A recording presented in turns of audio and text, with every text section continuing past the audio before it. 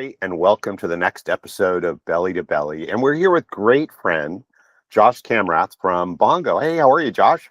I'm doing well. Yeah, thank you.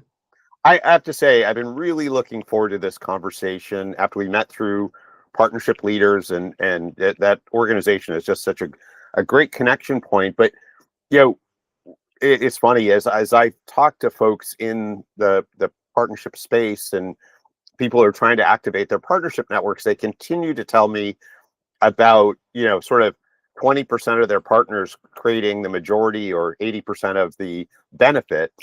And so you kind of wonder, well, what's the problem with that other 80%? If we could just get some of them active and productive, it would make such an impact to the company's results and bottom line.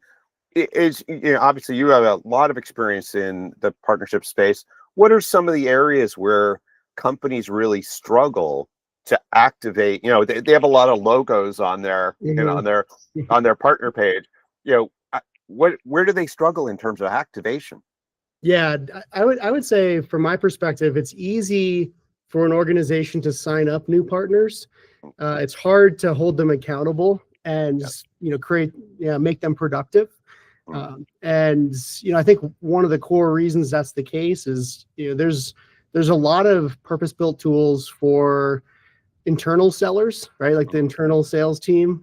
There's not as robust of feature sets or purpose-built tools that go into enabling extended enterprise or partner networks. And so I think it's just one. I think it's a big opportunity for just the market to help solve that problem. But two, it's I think anybody who's in or sells through partnerships, it always I'm sure could relate. It feels like it's a thing that every organization wants to promote and say is important, but then always kind of gets second chair at the organization from a prioritization standpoint. It's funny because the results when they're good are amazingly good, right? I Mhm. mean, they're incredible, but in where it's not functional, it's not necessarily negative, but it's can be a waste of time. And Mhm. it, Absolutely. Yeah, when it, when it works, that's what we've grown most of our business historically through channel and reseller relationships. And when it works, it's like insane because Mhm. the economics are crazy in terms of scalability and labor input from our organization into the equation. It allows an organization to reach a lot further and a lot more users. But when it doesn't work, like you mentioned, the 80% of the time it doesn't work. It's a lot of circular meetings that don't go anywhere. Right. And so how do we, thinking about that, how, kind of thinking about best practice, how do we Mm. better enable, uh, let's just take the onboarding situation. We're bringing a new partner on board. Let's start them right. How would we start a new partner correctly? Yeah, so I would argue that okay, there's a million different ways to distribute or send knowledge to partners. But most partners have a number of organizations or products that they sell. So keeping mind share top of mind, and especially holding them accountable to learning your product or learning how to pitch the right way. That I think level of accountability, or adding a level of accountability, is, in my opinion, like the best way to onboard or launch a new partnership. Yeah, I would imagine that. I mean, it's hard enough to train your own salespeople, right? I mean, and so training someone else's salespeople is it's that extension, and as you said, keeping mind share, so as they're in front Mhm. of prospects that you're thought of. Yeah, that certainly seems like a massive issue. And then you're always bringing out. Most companies are bringing out new products or services over Mhm. time. Is accommodating that important as well? Oh yeah, I think absolutely. Mm, And that's really an opportunity to stay top of mind. Hmm. right? A reason to reach out, I think, to partners is, as new capability or new success stories come out. But again, measuring them in a way to make sure that they can talk about a success story, right? Or how it's relevant. That form, it's like the age-old adage of what gets measured gets done.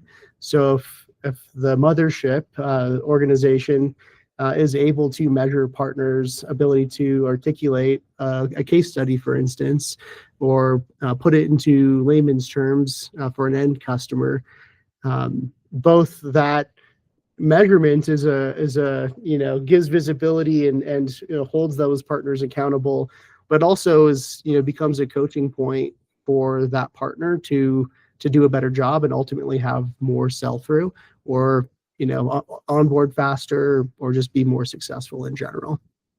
Yeah, it's funny. What you're saying reminds me of an old Zig Ziglar quote, which I'm Uh, probably dating myself by referencing Zig Ziglar. But when he was asked by a prospective customer, Zig, I understand that this sales training is really important, and it's really valuable for our team.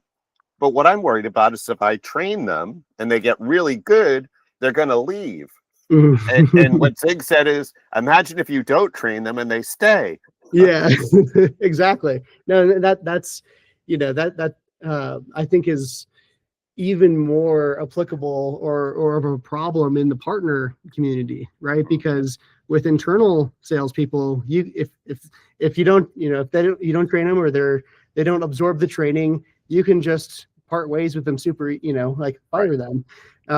But partners, going through that, it's a lot easier to hide in the weeds, and for the partner organization or partner department at an organization to hold on to hope of, we're pushing all this enablement, pushing all these materials, like, why aren't they successful? So having a finger on the pulse is, a way to both address that, but also to have more just realistic visibility into, our who's going to be successful, where should resources be allocated, or where should we cut ties? Right. Yeah. Well, and so, yeah, thinking about that, it seems like you would fairly quickly want to organize your partners in terms of who's responding and who isn't, and who's becoming productive. Are there certain benchmarks that you look for as a partner, a new partner sort of gains traction? Are there certain things that you look for in that process? I think just general engagement around the materials is like a pretty good initial indicator, right? So if people aren't reading the enablement or doing deal attribution, like, there's probably something up. But I think that there's, or especially, Bongo really thinks that there can be a layer or two underneath that where, you can have a higher level of fidelity in terms of, are people really understanding these materials? Are they engaging with it, opening it and then moving on, or are they actually absorbing that material and in a way that can be applied in the context of an end user, an end customer? And I think that's I guess maybe I'm hopeful, but I think that's generally where the partnership industry, if you will, is going, is having a higher level of accountability to the end users or end partners, but then also leveraging purpose-built tools or leveraging AI to do more with less. Yeah, no, that makes total sense. So you mentioned Bongo. Can you tell us a little bit about what Bongo does? Yeah, so Bongo verifies revenue driving behavior at scale. So we have learners, so in this case, partner resellers, basically validate that they can actually articulate in the context of a customer, either a sales pitch or a functionality, or demonstrate skills or competencies through our tool. And then there's a bunch of AI that'll give them coaching feedback and then actual evaluation on. So the partnership group, like a VP of partnerships, can look at the aggregate across our, whether it's 20 partners or 20,000 partners across that ecosystem. Here's the folks that are really getting these new functionalities and able to articulate them properly or how we want them to. Here's another group that isn't as on par with how our expectation is. They're not meeting the expectation of being able to put new functionality into context. And I think that is gives the partnership group an opportunity to choose where to spend their time. So maybe the people that aren't getting it, picking it up, maybe they get more white glove treatment, if you will. Maybe they can cut ties faster, and that's really the hope that Bongo has, is that we can provide organizations a better finger on the pulse of whether partners are going to be successful and whether their output is going to be productive, or if it's just a bunch of tire kicking meetings that are time wasting. Right. So one last quick question. So Sure. Thinking of the sort of scenario where a company, you see them, the metrics are saying they're getting it. They're they're able to pitch successfully this partner product. Do you often find that also, and maybe you don't have analytics for this, but also actually improves that company's sales? In other words, because they're in this more regimented program for sales training, there's a byproduct in their own sales improving as well. Oh yeah, absolutely. Yeah. So I guess we have, our user population isn't just partner enablements, but right. We have many organizations, Fortune 50 companies that are using Bongo for internal sales validation. But I think the awesome thing is, our heritage has really been centered around partnerships. As I mentioned, like 95% of our user population has come through resellers or channel partners.